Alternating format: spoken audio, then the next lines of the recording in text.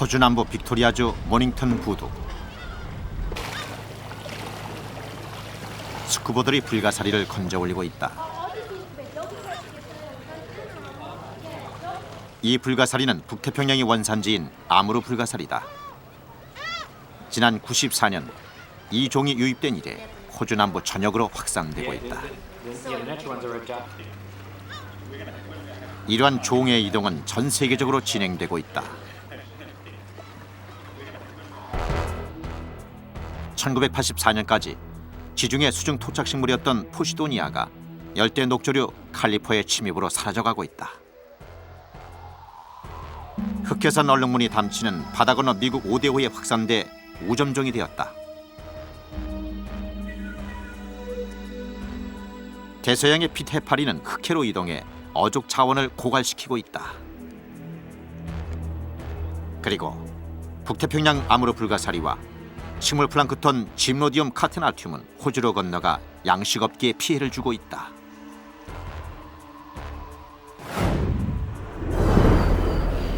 이러한 종의 이동으로 전 세계 토착 생태계가 파괴되고 있다.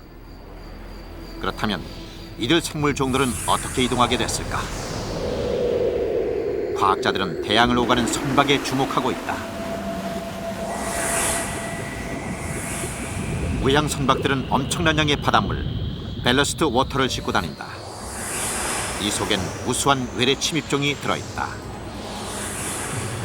외래 침입종이 오늘 우리의 바다를 위협하고 있다.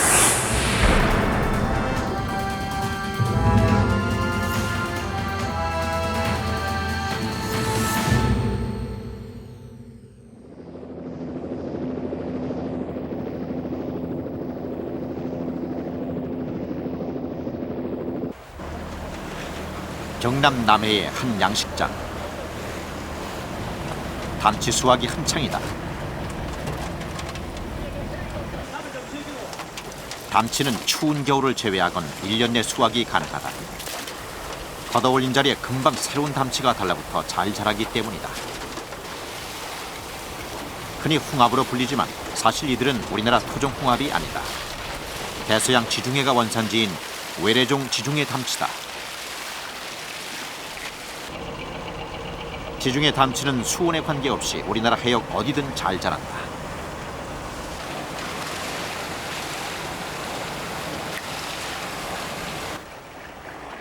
지중해 담치는 보통 크기가 5cm로 껍질이 새까맣고 매끈하다.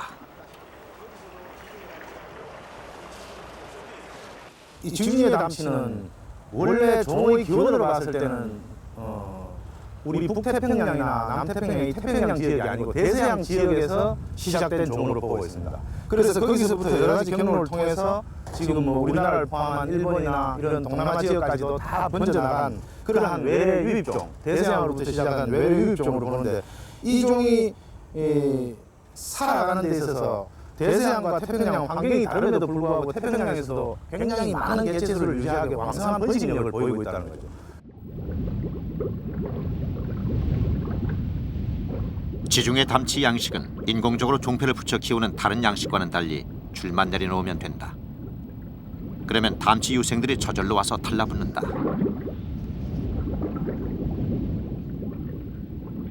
붙은 자리에 또 다른 녀석이 달라붙어 주렁주렁 매달릴 정도다. 그만큼 번식력이 왕성하다.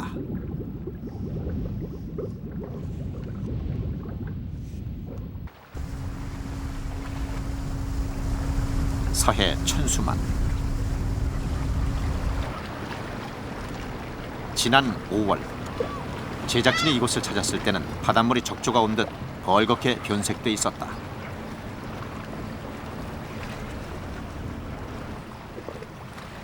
바로 지중해 담치 알 때문이다. 지중해 담치는 3월에서 6월 사이에 산란하는데 그 수가 엄청나다. 적게는 500만 개에서 많게는 2천만 개까지 알을 낳는다.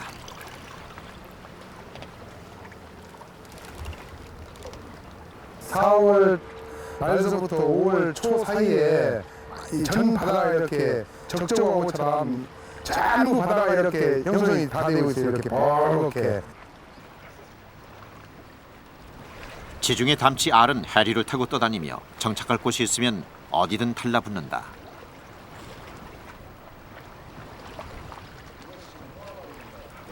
알의 크기는 약 1mm 정도. 이런 것들이 다 홍합알이네요. 예, 홍합알입니다. 지중해 담치 알이 성체가 되는데 걸리는 시간은 6달. 6달 후 성체는 또 수백만 개의 알을 낳는다. 이런 왕성한 번식력 때문에 지중해 담치는 우리나라 해안에서 기하급수적으로 증가하고 있다. 지중해 담치가 부착한 곳엔 다른 종을 찾아볼 수 없다. 엄청난 번식력으로 인해 다른 종의 서식 공간까지 잠식해버리기 때문이다.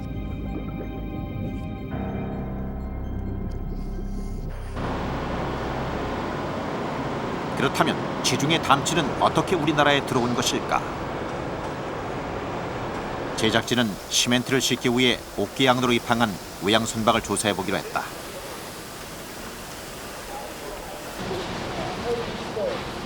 조사를 위해 선체 갑판에 있는 밸러스트 탱크의 맨홀 속으로 들어갔다.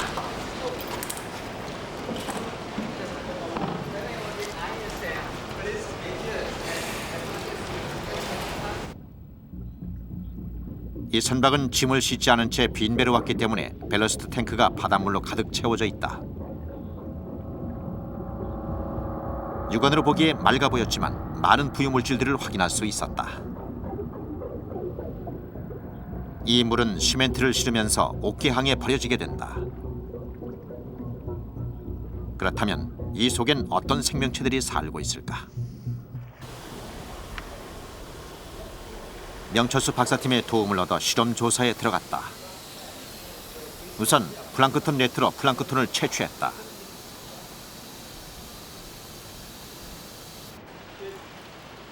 저층에 깔려있는 뻘과 해수도 함께 수거해 조사했다.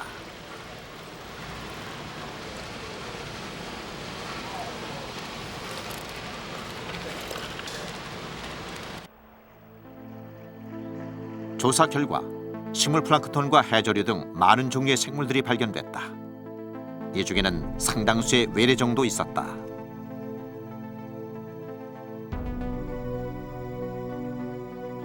아열대가 원산지인 수빈디카를 비롯해 규질 편모조리 등 10여 종의 외래종이 발견됐다.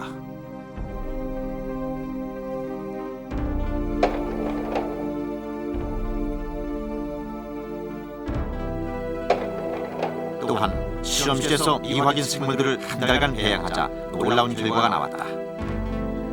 알파벳 D자 모양의 지중해 담치 유생이 발견된 것이다. 지중해 담치가 밸러스트 워터를 통해 이동할 수 있음이 입증됐다. 지중해 담치 유생이 발견이 됐다는 것은 이러한 선박의 밸러스트 워터를 통해서 지중해 담치 유생이 전 세계적으로 이동하고 있다는 것을 말해주고 있습니다. 이러한 종들이 밸러스트 워터를 통해서 확산되고 있는 과정에서 우리나라의 경우에는 약 1950년도경에 밸러스트 워터를 통해서 지중해 담치가 유입된 것으로 보고되고 있습니다. 그렇다면 밸러스트 워터는 선박에서 어떤 역할을 하는 것일까? 제작진은 조선소에서 건조 중인 컨테이너 선박의 밸러스트 탱크를 확인해 보기로 했다.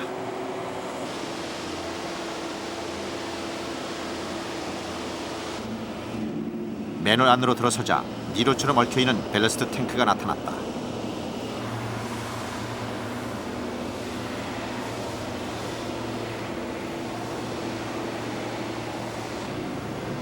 이 통로를 따라 바닷물이 들어오게 되는데 그 양이 엄청나다.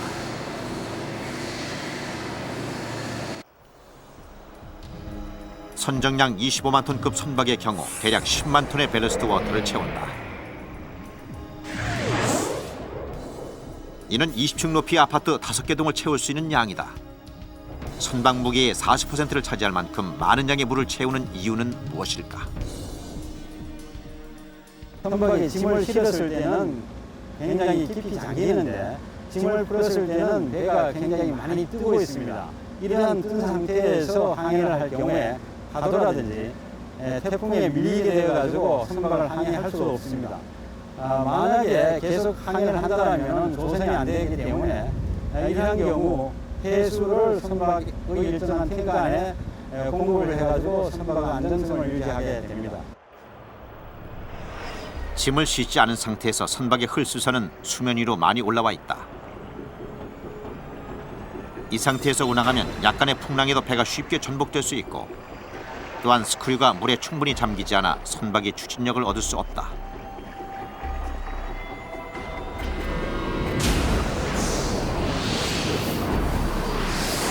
따라서 이러한 문제를 해결하기 위해 탱크 안에 물을 채우는데 바로 이 물이 밸러스트 워터다.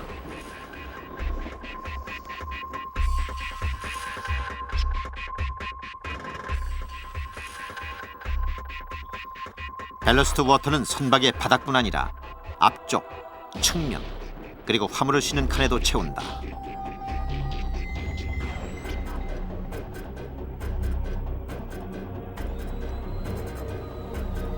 이렇게 물을 채우고 나면 흘수선이 물에 잠기고 선박이 무게 중심을 잡게 된다.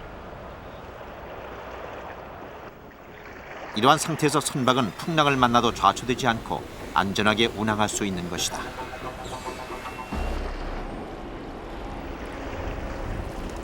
경남 사천시 삼천포항.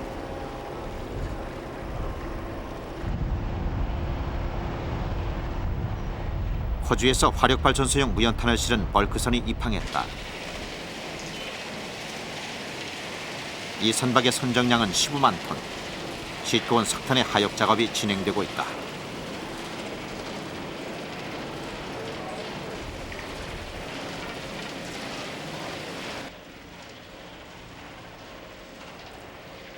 호주에서 온 선박의 밸러스트 탱크에는 어떤 생물들이 살고 있을까?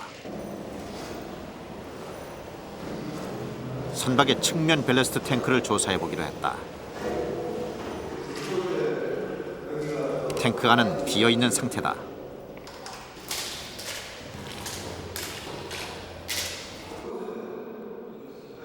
그러나 바닥에는 침전된 뻘과 바닷물이 일부 남아 있다. 밸러스트 워터가 배출될 때 완전히 비워지지 않고 남겨진 잔여물이다.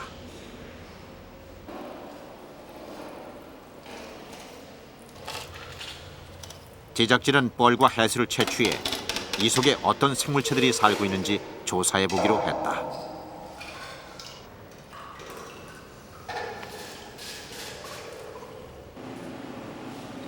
한 연구소에 의뢰한 결과 밸러스트 탱크의 바닥 뻘과 해수에서 다수의 생명체들이 발견됐다. 그 종류만도 150종. 동물 플랑크톤과 식물 플랑크톤, 그리고 각종 유생까지 다양하게 발견됐다.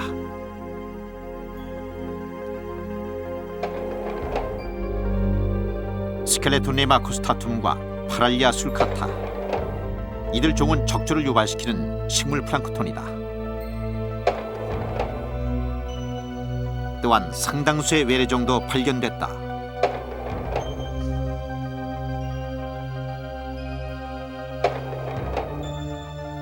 특히 이들 중 케토제로스는 독성을 지닌 식물 플랑크톤으로 대량 번식 시 물고기 아가미를 막아 질식시키는 것으로 알려져 있다. 이번 조사를 통해서 저희는 국내에 보고되지 않은 20여 종의 미기록종을 발견할 수 있었습니다. 이는 선박의 발라스트 탱크가 외래 생물종들이 국내로 유입되는 중요한 루트로 활용되고 있다는 것을 시사하고 있습니다.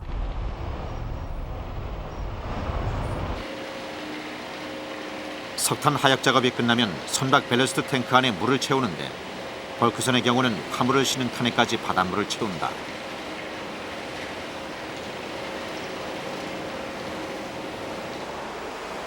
선체의 모든 탱크에 차례로 물을 채워나가는데 선정량 15만 톤급인 이 선박은 모두 6만 톤의 바닷물을 채우게 된다.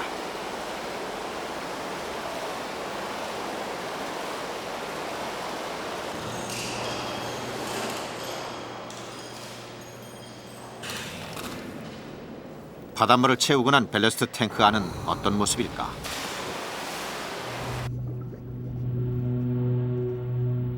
탱크 안 수중은 뿌옇다. 1m 앞이 보이지 않을 정도로 시야가 흐리다. 바닷물과 함께 빨려들어온 여러 가지 부유 물질과 생물 때문이다. 밸러스트 탱크 가동 시 시간당 1000톤의 물을 끌어들이는데 이때 수중 생물과 뻘이 함께 빨려들어오게 된다. 다양한 생물이 들어있는 이 밸러스트 워터는 목적지에 도착해 짐을 실으면서 그곳 항구에 버려지게 된다.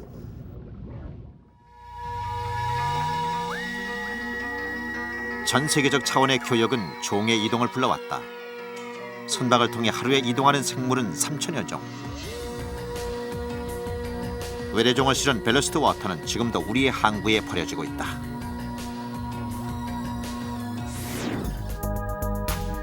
현재 우리나라에도 많은 외래종이 들어와 있다. 대서양이 원산지인 주걱 따개비, 인도양이 원산지인 석유관 갯지렁이, 아열대가 원산지인 뚱뚱이 집신고등, 그리고 지중해 담치 등이 있다. 이들 외래종이 우리 생태계를 교란시키고 있다.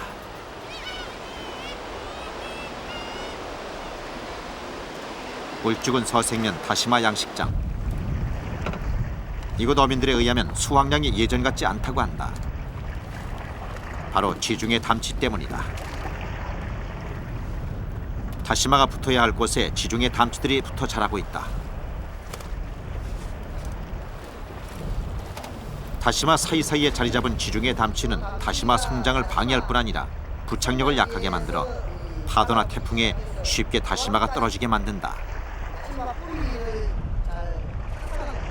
담치가 붙음으로써 이 뿌리, 다시마 뿌리가 잘 달라붙지 못하도록 이 방해를 하기 때문에 다시마 수확에라든가 안 그러면 또 이 착색 뭔가 이 달라붙는데 다시마가 발을 더 뿌리 내리는데 이 많은 지장을 주고 피해를 끼치고 있는 실정입니다.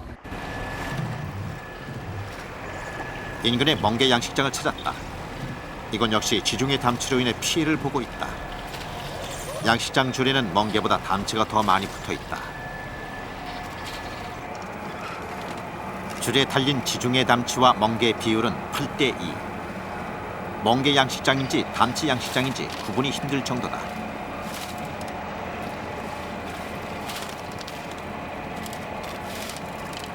이 상태에선 멍게의 성장이 더뎌지고 집단 폐사 현상까지 일어나게 된다.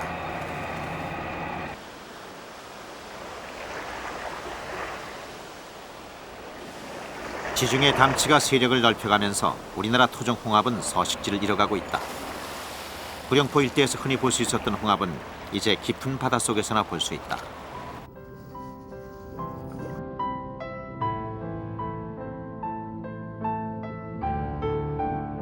물등대 아래 바닷속은 수초들로 숲을 이루고 다양한 생명체들이 살아 숨쉰다.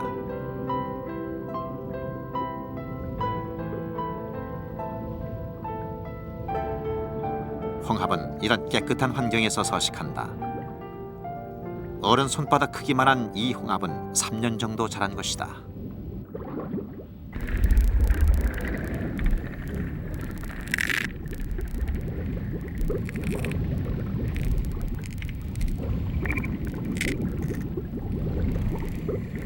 예전에는 홍합이 해안가에 지천으로 널려 있었다고 한다. 하지만 지금은 얕은 물에서는 자취를 감췄고 깊은 바닷속에서도 캐내는 양이 얼마 되지 않는다.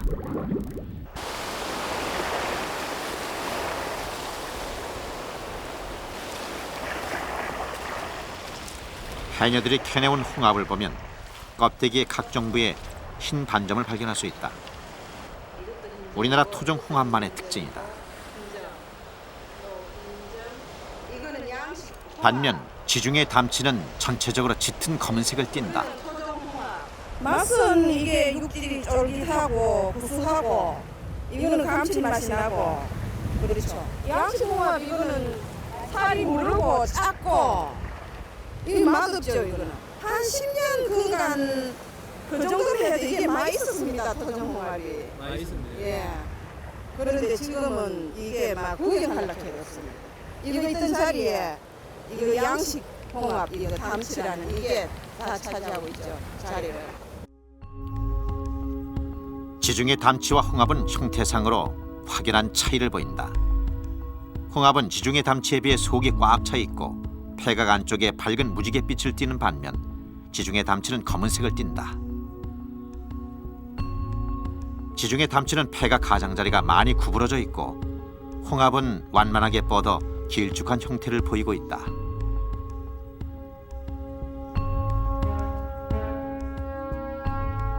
또한 홍합은 각 정부가 뾰족하게 꼬부라져 있는 반면 지중해 담치는 완만한 곡선을 이룬다.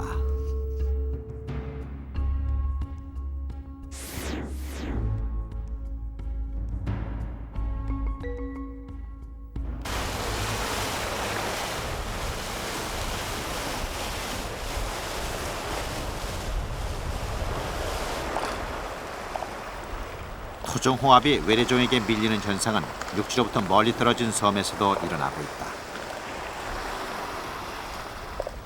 서해의 작은 섬 불모도. 이것은 예전부터 홍합이 많이 나 인근 주민들이 배를 타고 와서 따갈 정도였다. 그런데 지금은 외래종 담치들이 모두 차지해버려 토종 홍합은 간혹 한두 개씩 보이는 형편이다.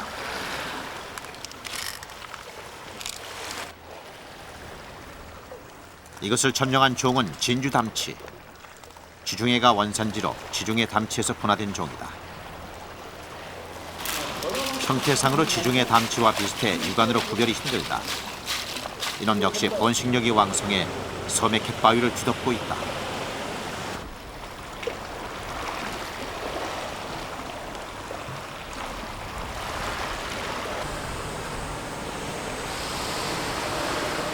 진주 담치가 가득한 바위 틈에서 토종 홍합이 발견됐다. 1, 2년생 홍합은 노란색을 띈다.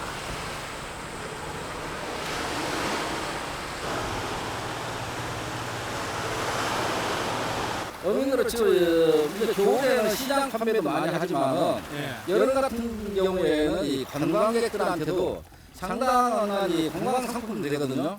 그런데 지금 이게 뭐 한 2, 3년 전에 비하면은 10분의 1도 서식을 못해요.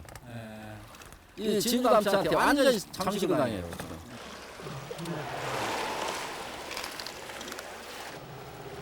이곳에서 토종 홍합이 진주 담치에게 잠식당하고 있음이 확인됐다. 홍합이 갯바위 위쪽에서만 서식하고 있다.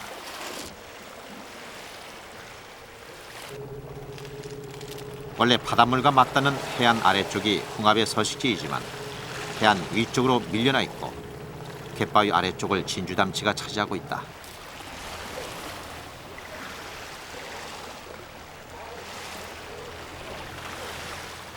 결국 진주 담치가 홍합을 밀어내고 이 지역의 우점종이 되고 있다는 의미다. 원래 서식처는 홍합이 진주 담치가 있어야 될 그 낮은 산에 홍합이 서식을 하고 있어야 됩니다. 그렇지만은 지금 진주 담치가 너무 많이 번식을 해가지고 그쪽에서는 홍합이 살 수 없기 때문에 홍합은 위쪽으로 밀려서, 그러니까 밑에 있는 홍합은 다 죽어버리고 위쪽에 있는 홍합만이 지금 살아있는 그런 상태가 돼가지고 외래종 담치 앞에서 토종 홍합은 술자리를 잃어가고 있다. 앞으로 우리 바다에서 토종 홍합을 볼 수 없을지도 모른다.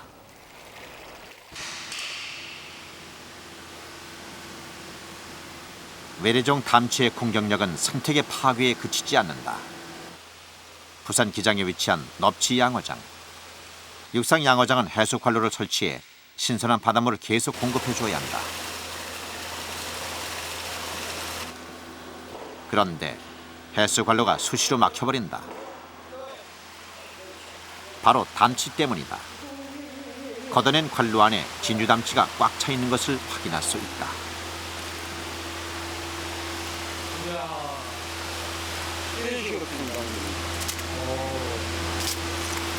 그러니까 이 정도 되니까 물이 올라와도 이리로 흐르면 안 되죠.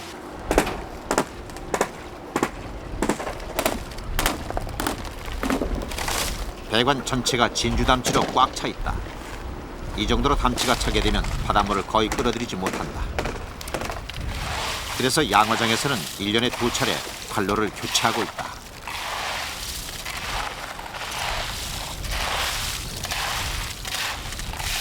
이게 물이 제대로 흐름이 있어야 안에 수조에 물이 수압이 있어가지고 쏴줘야만 고기 성장 속도도 빠르고 상당히 고기도 좋은데, 지금 같은 경우는 이 물이 이렇게 담치가 차다 보니까 물이 안 나오니까 쏘는 거는 없고 거의 흐르는 수준이다 보니까 수온 올라가고 하면 고기들 아무래도 어병도 좀 많이 하고 고기 성장 속도도 좀 둔화되고 그런 실정이죠. 발전소도 외래종 담치로부터 공격을 받고 있다. 이것은 담치로 인해 아예 1년에 50일 발전소 가동이 전면 중단된다. 발전소의 냉각수를 뽑아들이는 취수구를 담치가 막아버리기 때문이다. 담치가 달라붙지 못하도록 염소를 주입하지만 별 효과가 없다.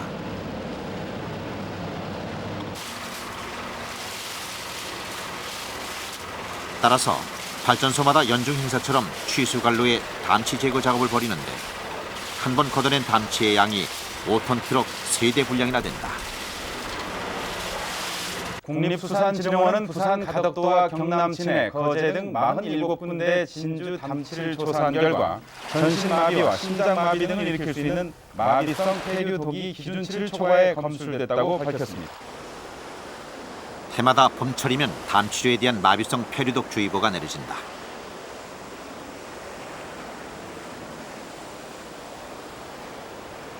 지난 96년에는 거제도에서 담치를 먹은 낚시꾼 3명 중 2명이 숨지는 사건이 발생했다. 이들이 먹은 담치는 바로 갯바위에 붙은 외래종 진주 담치였다.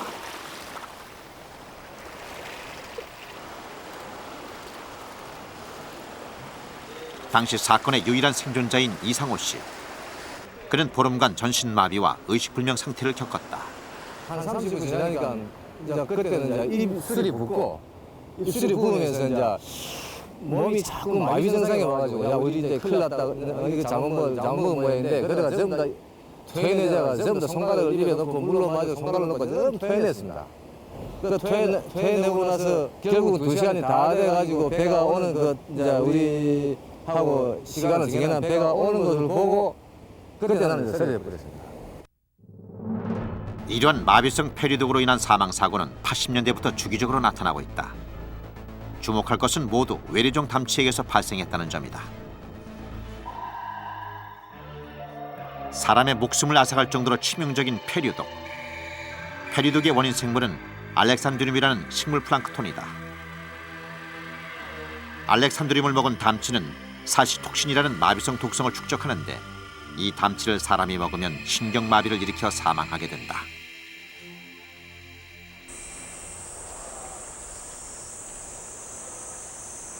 제작진은 부경대학교 수산과학 기술센터의 도움을 얻어 마비성 폐류독화 현상이 외래종과 토종 담치 중 어느 곳에서 더 많이 축적되는지 실험해 보기로 했다.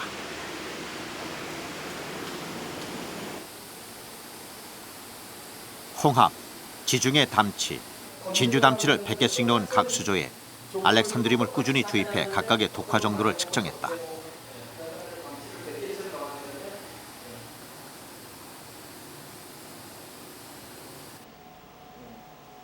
실험은 보름 동안 진행됐다. 하루 3차례 알렉산드림을 일정량 섭취하게 한 뒤 체내 각 부위별로 100g당 어느 정도 마비성 폐독이 축적되는지를 검사했다.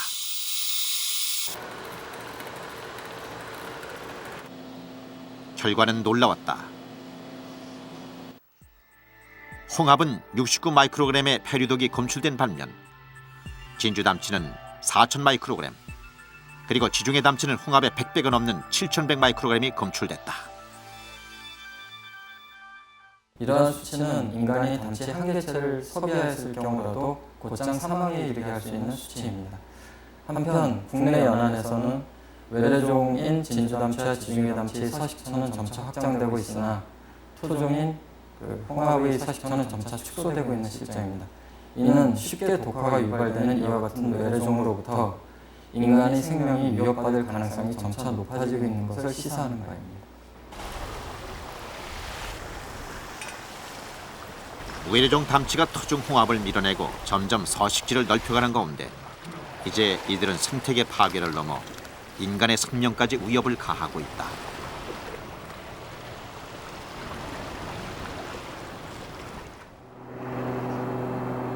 지난 7월 인천항.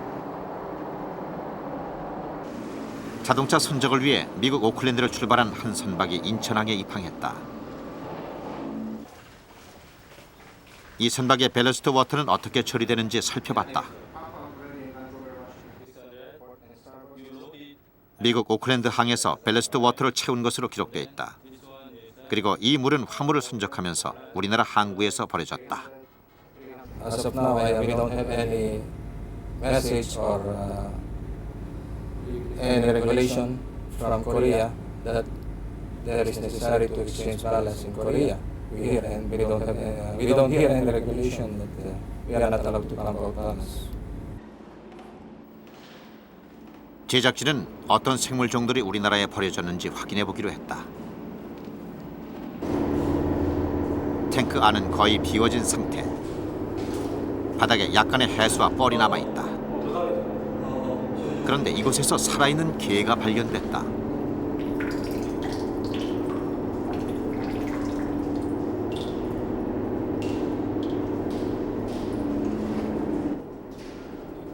또한 작은 새우도 발견됐다.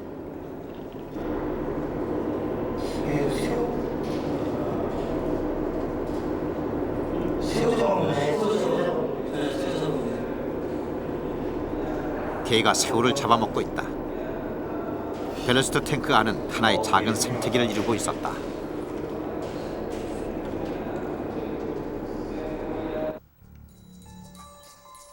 이 종을 확인해 본 결과 개는 국내에 서식하지 않은 포르투누스 속의 외래종으로 밝혀졌고, 새우 또한 쇠뱅이과에 속하는 외래종으로 확인됐다.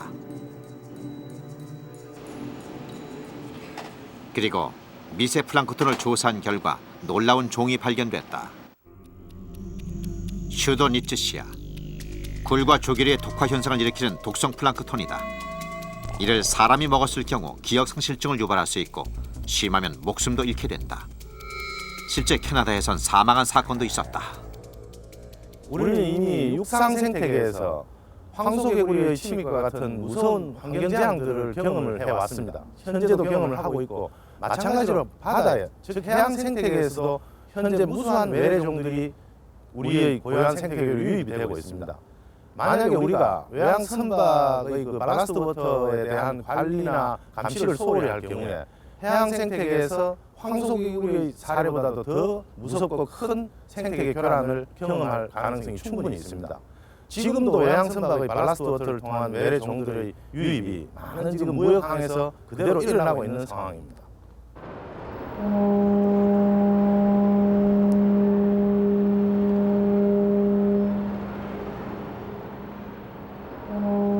오늘도 항구에선 많은 의양 선박들이 오간다. 그리고 이들은 엄청난 밸러스트 워터를 우리의 바다에 토해낸다. 이대로 밸러스트 워터에 대한 통제를 하지 않는다면 어떤 위기가 닥칠지 모른다. 종의 침입으로부터 우리의 바다는 지켜져야 한다.